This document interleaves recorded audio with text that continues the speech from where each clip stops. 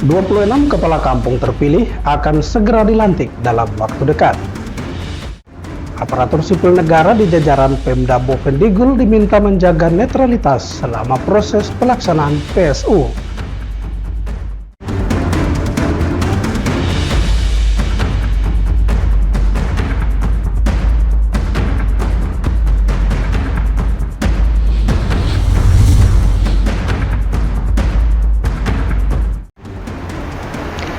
Halo, selamat pagi Bapak Mama dan Mbak Saudara dong semua. Senang sekali saya Fernando Kakurung kembali menjumpai Anda dalam tayangan Info Digul edisi hari ini Rabu 12 Maret 2025. Selain dua topik berita tadi, sejumlah berita lainnya akan kami hadirkan untuk Anda. Inilah Info Digul selengkapnya.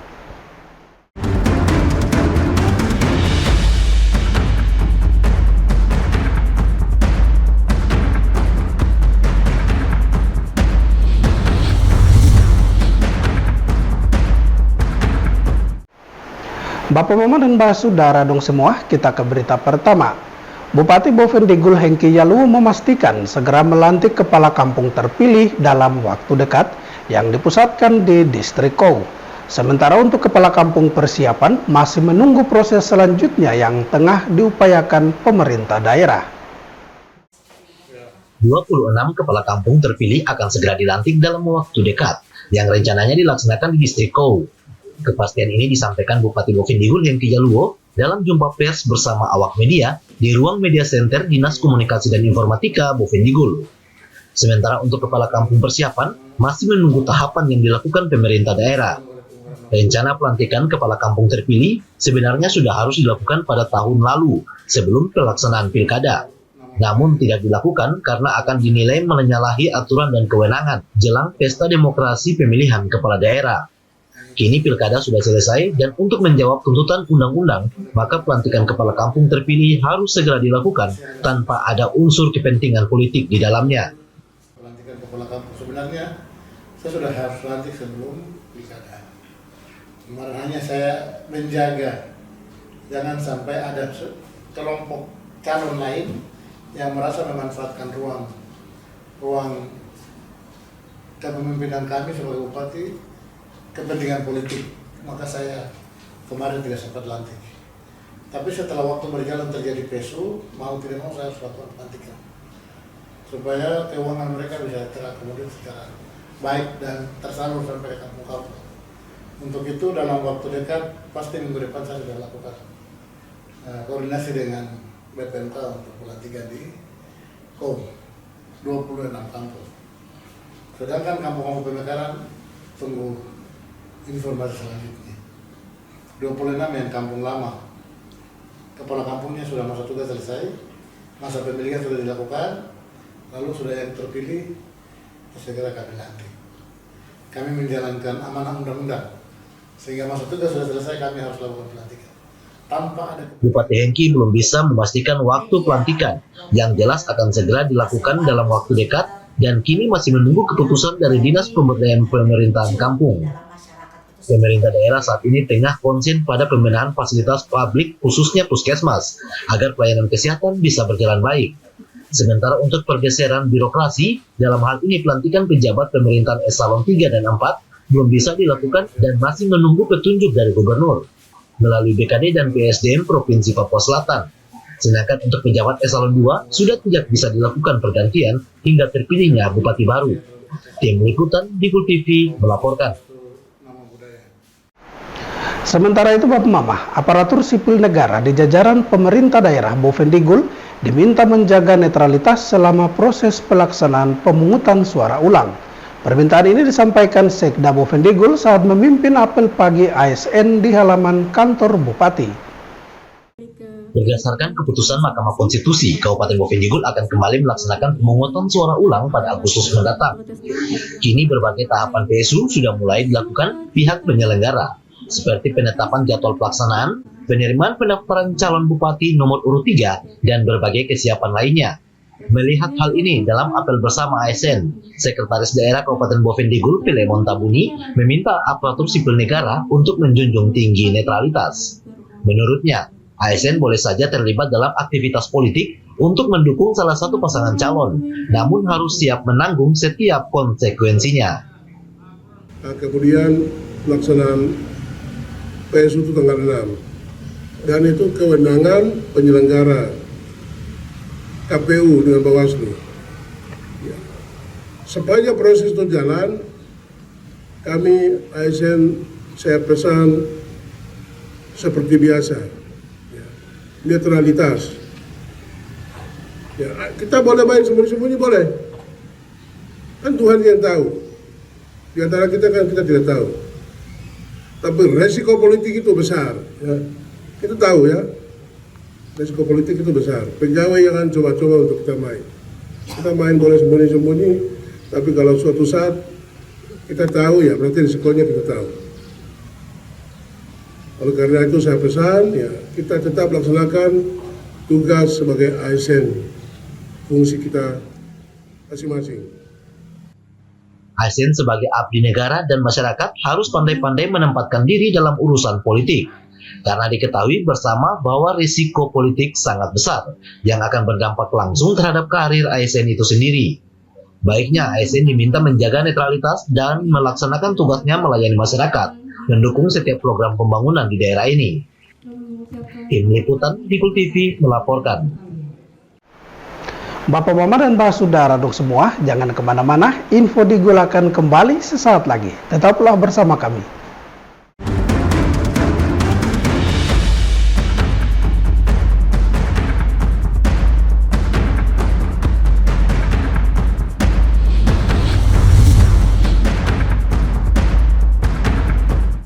Pastikan untuk selalu menjaga kerahasiaan data pribadi Anda. Hindari untuk mengumbar data pribadi Anda. Biasakan untuk membaca syarat dan ketentuan dari setiap aplikasi yang digunakan. Hindari tautan atau situs yang mencurigakan, karena kebocoran data pribadi berpotensi untuk digunakan dalam tindak kejahatan perbankan. Mungkin Anda belum pernah mengalaminya, tapi banyak di antara kita yang sudah menjadi korban. Cermat, kritis, dan lindungi data pribadi Anda. Ini tolong diterima ya Pak. Nggak perlu Pak. Terima ya Pak ya. Saya jamin aman. Tidak. Saya tidak mau terima Pak. Pemberian gratifikasi dan suap yang diterima oleh aparatur negara termasuk dalam tindak korupsi. Pemberi dan penerima diancam dengan hukuman pidana. Mari bersama bangun budaya anti korupsi demi terwujudnya pelayanan birokrasi yang bersih dan berintegritas tinggi. Berani ambil sikap untuk bersih dari celah korupsi.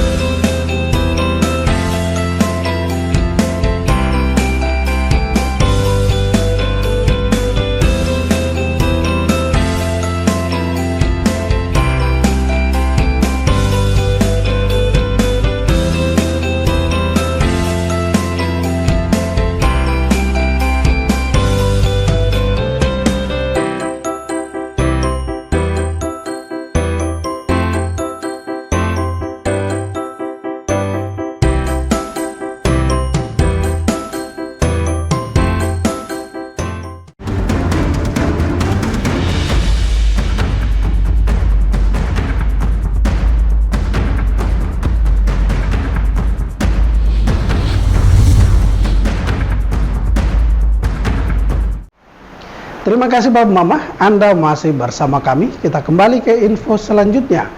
Distrik Mandobo mengusulkan 3 program prioritas dalam Musyawarah Rencana Pembangunan atau Musrembang Distrik. 3 program tersebut diantaranya meliputi infrastruktur dasar seperti air bersih, jalan dan jembatan, pendidikan, serta kesehatan. Kepala Distrik Mandobo, Agustina Mote mengatakan, berdasarkan hasil monitoring pada 5 kampung yang berada di Distrik Mandobo tentang musrembang kampung, umumnya mengusulkan program infrastruktur dasar, seperti air bersih, jalan jembatan, pendidikan, dan kesehatan. Usulan program inilah yang nantinya diteruskan pemerintah distrik kepada BP4D untuk selanjutnya dimasukkan dalam rencana kerja pemerintah daerah tahun 2025. Diharapkan usulan program yang disampaikan ke pemerintah daerah melalui BP4D, Bovendigul, bisa terjawab minimal 2 atau 3 program, terutama untuk infrastruktur dasar. Kalau saya berharap paling tidak 3 itu harus terjawab, karena selama ini kan ada kampung yang tidak terjawab juga. Jadi paling tidak 3 itu minimal 3 itu, ya maksimal 5. Memang di dalam Kabupaten Bovendigul ini ada 20 distrik yang memang harus diperhatikannya.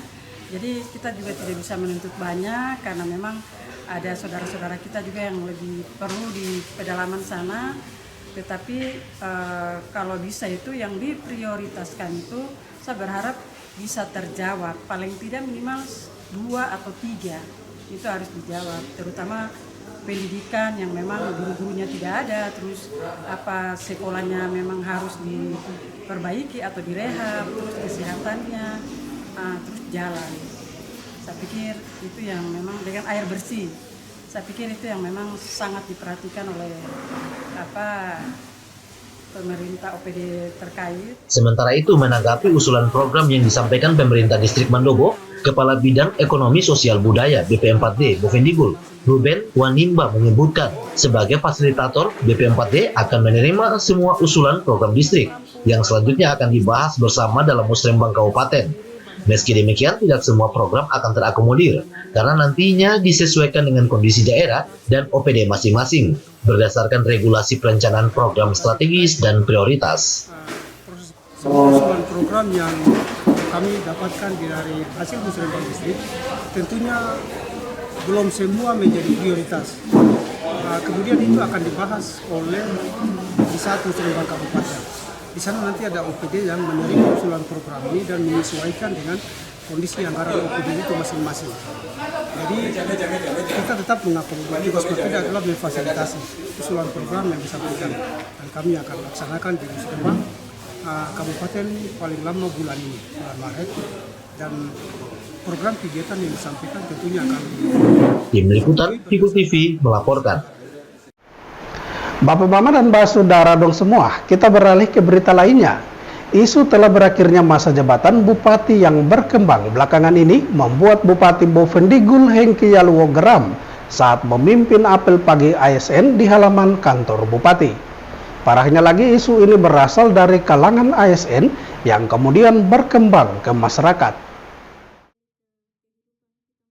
Berkembangnya isu provokatif yang menyatakan masa jabatan Bupati Bovendigul telah berakhir membuat Bupati Hengki Yaluwo geram saat memimpin apel pagi ASN di halaman kantor bupati. Bupati menegaskan isu tersebut tidak berdasar karena dirinya masih menjabat sebagai bupati aktif hingga dilantiknya pejabat baru. Parahnya lagi, isu ini berasal dari kalangan ASN yang sepertinya telah lupa akan Panca Prasetya Korpri dan kemudian berkembang ke masyarakat. Ada oknum-oknum ASN yang sengaja membuat isu provokatif tentang berakhirnya masa jabatan bupati. Selain itu ada juga yang dengan sengaja membuat akun palsu, kemudian menfitnah dan menghujat Bupati Bovendigul beserta jajarannya. Tidak secara langsung hal ini mencoreng nama baik pemerintah yang tentu akan menciptakan perbedaan. Sehingga Bupati Hengki menegaskan tidak boleh ada perbedaan suku khususnya bagi orang asli Papua di Kabupaten Bovendigul. Bupati aktif sampai 2026. Saya dilantik 13 Oktober, bukan 2020, tapi 2021. Silakan Bapak Ibu hitung, mulai Januari 2022 sampai saat ini, sudah berapa tahun? Apa salah satu itu?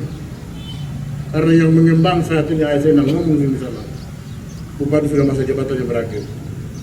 Kata siapa? Saya masih Bupati, saudara-saudara. Ini yang perlu saya sampaikan untuk kita semua. Isu-isu yang ada di luar, mari kita menepis bersama-sama. Di tempat yang sama, pelaksana tugas Sekretaris Daerah Bovendigul Filemon Tabuni menegaskan jika ada ASN atau masyarakat yang ingin mengetahui masa jabatan bupati bisa langsung menanyakan ke Sekretariat Daerah, bukan sebaliknya ikut menyebar dan memprovokasi masyarakat dengan isu yang belum tentu kebenarannya. Tim Liputan Digul TV, Anis melaporkan.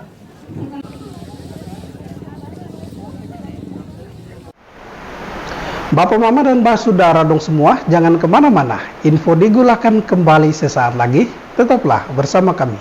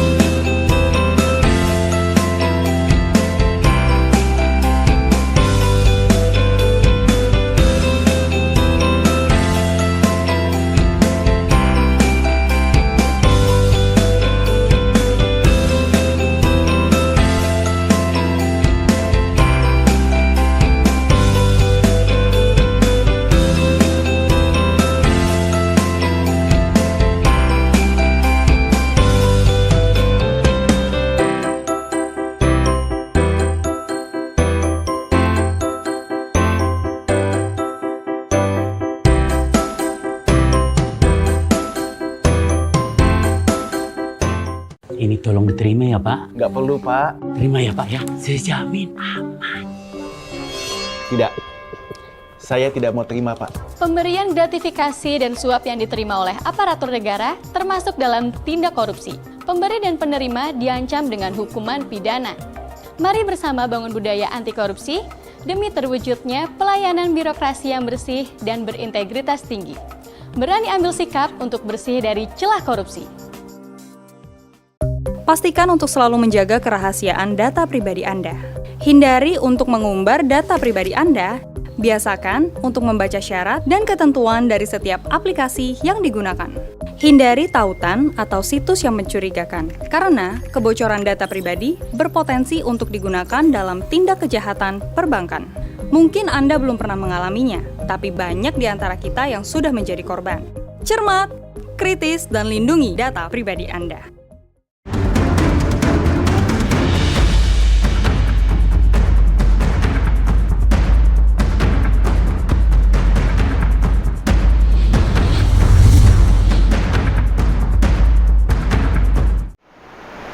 Terima kasih Bapak Mama, Anda masih bersama kami. Bupati Bovendigul Hengki Yaluwo tegaskan penangkapan Kepala BPKD Bovendigul bukan tersangkut tindak pidana korupsi, melainkan penyalahgunaan informasi dan transaksi elektronik dalam pemindahan data SIPD Pemda Bovendigul. Bupati Bovendigul Hengki Yaluwo menggelar jumpa pers di ruang media center Kominfo dalam menanggapi berbagai isu negatif di daerah ini. Di antaranya berakhirnya masa jabatan bupati, korupsi di jajaran Pemda Bovendigul, PSU, dan berbagai isu lainnya. Salah satunya mengenai penangkapan Kepala BPKD Bovendigul berinisial WG yang disebut tersangkut tindak pidana korupsi. Bupati Hengki menegaskan penangkapan Kepala BPKD Bovendigul bukan menyangkut tindak pidana korupsi, melainkan penyalahgunaan informasi dan transaksi elektronik dalam pemindahan data SIPD Pemda Bovendigul. Bupati memastikan hingga saat ini belum ada satupun pejabat di jajarannya tersandung kasus korupsi. Dengan adanya tersangka saudara Gultom, beliau ini bukan kasus korupsi APBD Bovendigul, bukan kasus korupsi pekerjaan APBD yang mangkrak, tidak. Ada penyalahgunaan IT di dalam keuangan itu sendiri, sehingga Pak Kapolri sampaikan kepada kami bahwa ini tipikor, bukan tipikor, sehingga tidak ada masalah hukum tipikor di dalam penahanan saudara Gultom. itu penyalahgunaan pemindahan data yang tidak disetujui oleh beberapa OPD yang operatornya tidak termuat, operatornya yang tanpa ada operator lalu dilakukan oleh keuangan itu sendiri. Jadi kita tidak bisa mengkategorikan itu bagian dari korupsi karena tidak ada tipikal di situ. Bupati Hengki juga meminta awak media yang ada di Bovendigul untuk bantu memberikan informasi yang baik kepada masyarakat, sekaligus mengklarifikasi berbagai isu miring yang selama ini disoroti ke pemerintah daerah. Masyarakat juga diminta tidak terprovokasi dengan berbagai isu negatif yang terkesan menyerang dirinya selaku kepala daerah beserta jajarannya di lingkungan pemerintah daerah Bovendigul. Tim Liputan Digul TV mengabarkan. Bapak Mama dan Mbak Saudara dong semua, dengan berakhirnya informasi tadi sekaligus mengakhiri perjumpaan kita dalam Info Digul pagi ini. Terima kasih atas kebersamaan Anda dan terimalah salam persaudaraan kita. Nup bagen gup bagenep, gup bagenep nup bagen. Saya ada karena kamu ada karena saya ada. Saya Fernando Kakurung mewakili seluruh kerabat redaksi yang bertugas mohon pamit undur diri. Selamat pagi dan sampai jumpa.